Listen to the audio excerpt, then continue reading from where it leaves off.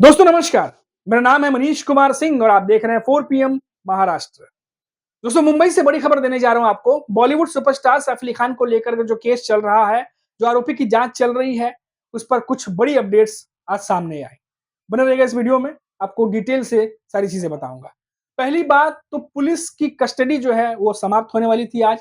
Court में पेश करने के बाद जो मुंबई पुलिस है उसने 29 जनवरी तक के लिए आरोपी की रिमांड जो है, कस्टडी जो है वो ले ली है और आगे की जांच और पूछताछ जो है अब की जाएगी।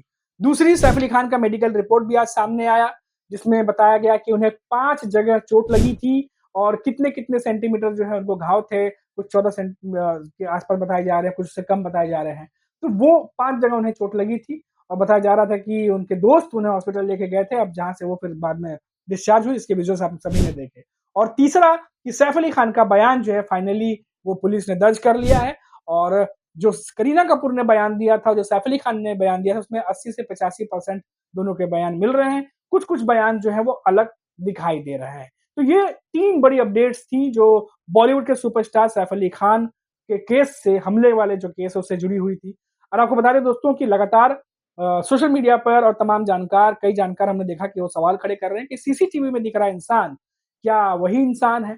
अब इन सब सवालों के बीच मुंबई पुलिस की जाँच लगातार आगे बढ़ रही है और आपको बता दें कि फिंगरप्रिंट्स जो लिए गए थे, वो फिंगरप्रिंट्स मैच कर गए हैं आरोपी से और अब आरोपी से पूछताछ के दौरान जो सीन रिक्रिएट किया गया, उससे ये खबर निकल के सामने आ रही है कि आरोपी सीढ़ियों से जाते हुए फिर उसने सैफ अली खान के घर में घुसने के लिए बाथरूम का इस्तेमाल किया था, खिड़की खुली थी, जहाँ से उसने घर के अंदर एंट्री ली और सैफ अली खान के बच्चों के कमरे की तरफ वो बढ़ा। अब यहाँ से मैं बताता हूँ दोस्तों कि सैफ अली खान ने अपने बयान में क्या कहा है। सैफ अली खान ने बोला कि जो उन्होंने बयान दिया है कि जो वो अपने कमरे में थे और अचानक उन्हें जो जहांगीर हैं, जो बच्चे हैं, उनके रोने की आवाज़ आई और साथ ही साथ जो मेड है, उसकी चिल्लाने की आवाज़ आई कि किसी से झगड़ रही है और ये आवाज़ सुनने के बाद सैफ अली खान तुरंत बच्चों के कमरे की तरफ गए, जहाँ ये अज्ञात आदमी वहाँ खड़ा था। जिसे देख कर के बच्चे रो रहे थे और मेड जो है लगातार उसके साथ तो वो झगड़ा चल रहा था और आर्ग्यूमेंट चल रहा था और सैफ अली खान जब वहाँ पहुँचे तो इस आरोपी को पकड़ने की कोशिश की, इस अज्ञात आदमी को पकड़ने की कोशिश की और लगभग-लगभग पकड़ भी लिया था। लेकिन तभी ये आरोपी चाकू निकालता है और सैफ अली खान पर ताबड़तोड़ हमला कर देता है। और ये भी बात सामने आई है दोस्तों कि करीना कपूर और बाकी सदस्य जो है वो शोरगुल सुन के वहाँ पर आ गए थे और सब वहाँ पर हक्के-बक्के और किसी को कुछ समझ में नहीं आ रहा था कि आखिर ये कैसे हुआ? अज्ञात आदमी घर के अंदर कैसे आया चाकुओं से? जब उसने हमला शुरू किया, तो लोग घबरा गए थे।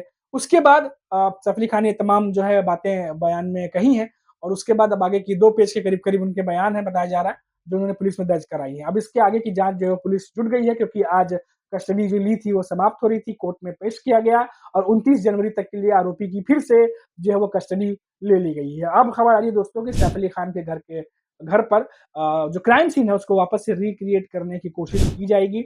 हो सकता है कि सैफ अली खान के मौजूदगी में जो ये क्राइम सीन है उसको रिक्रिएट किया जाए ताकि जो टूटी हुई कड़ियाँ हैं, अनसुलझे पहलू हैं उसका भी जवाब दिया जा सके। क्योंकि लगातार मुंबई पुलिस ने जब से इस आरोपी को अरेस्ट किया है, एक बार प्रेस कॉन्फ्रेंस हुई है और वो भी एक तरीके से आधी-अधूरी थी कि बहुत सारी जानकारी उस समय मुंबई पुलिस के पास नहीं थी और लगातार पत्रकार सवाल कर रहे थे।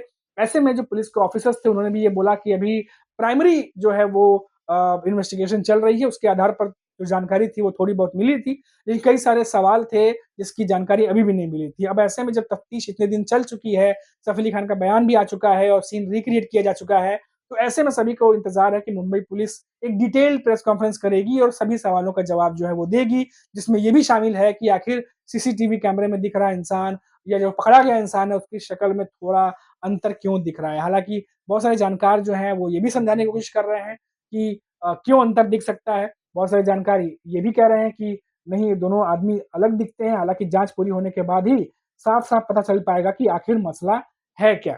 लेकिन जो जितने सवाल हैं वो उसमें बहुत सारे सवाल अभी जस के तस बने हुए हैं और मुंबई पुलिस की जाँच लगातार चल रही है। तो ये आज की जो बड़ी अपडेट थी दोस्तों वो मैंने आप तक पहुँचा दी है और सैफ अली खान से जुड़ी हुई। लेकिन ये ज़रूर है दोस्तों कि जो करीना कपूर ने बयान दिया था और जो सैफ अली खान ने बयान दिया था उसमें 80-85% ही जो स्टेटमेंट है वो मैच कर रहा है। कुछ चीज़ें हैं जो अलग-अलग बयान जो है वो कॉन्ट्रडिक्शन दिखाई दे रहा है। जैसे कि करीना कपूर ने शायद अपने बयान में कहा कि वो 12th फ्लोर पर थी, सैफ अली खान ने अपने बयान में कहा कि वो 11th फ्लोर पर थे। ऐसे ही कुछ 1-2 चीज़ें और हैं जो मैच नहीं कर रही हैं। हालाँकि मोटे-मोटे तौर पर जितने भी लोगों ने बयान दिया, उनके बयान लगभग-लगभग सेम ही हैं। लेकिन अब देखना होगा कि मुंबई पुलिस जिन्होंने अब कस्टडी ले ली है 29 जनवरी तक, अब वो आगे जब जाँच करेगी तो आरोपी को कहाँ-कहाँ लेके जाएगी, क्योंकि हथियार भी बरामद हो चुका है, जिस हथियार का इस्तेमाल किया गया था। बताया जा रहा है कि आरोपी ने जो टोपी पहनी थी, वो टोपी भी जो सैफ अली खान के बच्चे थे, उनके कमरे में गिरी थी, जिसमें कुछ बाल वगैरह भी मिले हैं, ये भी खबर आ रही है जिसका टेस्ट जो है वो कराया जा रहा है, आरोपी से मिलान करने की कोशिश की जाएगी। तो ये तमाम सबूत जो है वो इकट्ठा धीरे-धीरे मुंबई पुलिस कर रही है और देखना होगा कि जाँच कब तक कंप्लीट होती है और जाँच कंप्लीट होने के बाद मुंबई पुलिस अगर प्रेस कॉन्फ्रेंस करती है, तो क्या इन सारे सवालों के जवाब जो है उस दिन मिलते हैं या नहीं मिलते हैं। तो अभी के लिए इतना ही, आप देखते रहिए 4 पीएम महाराष्ट्र और मुझे इजाज़त दीजिए। नमस्कार।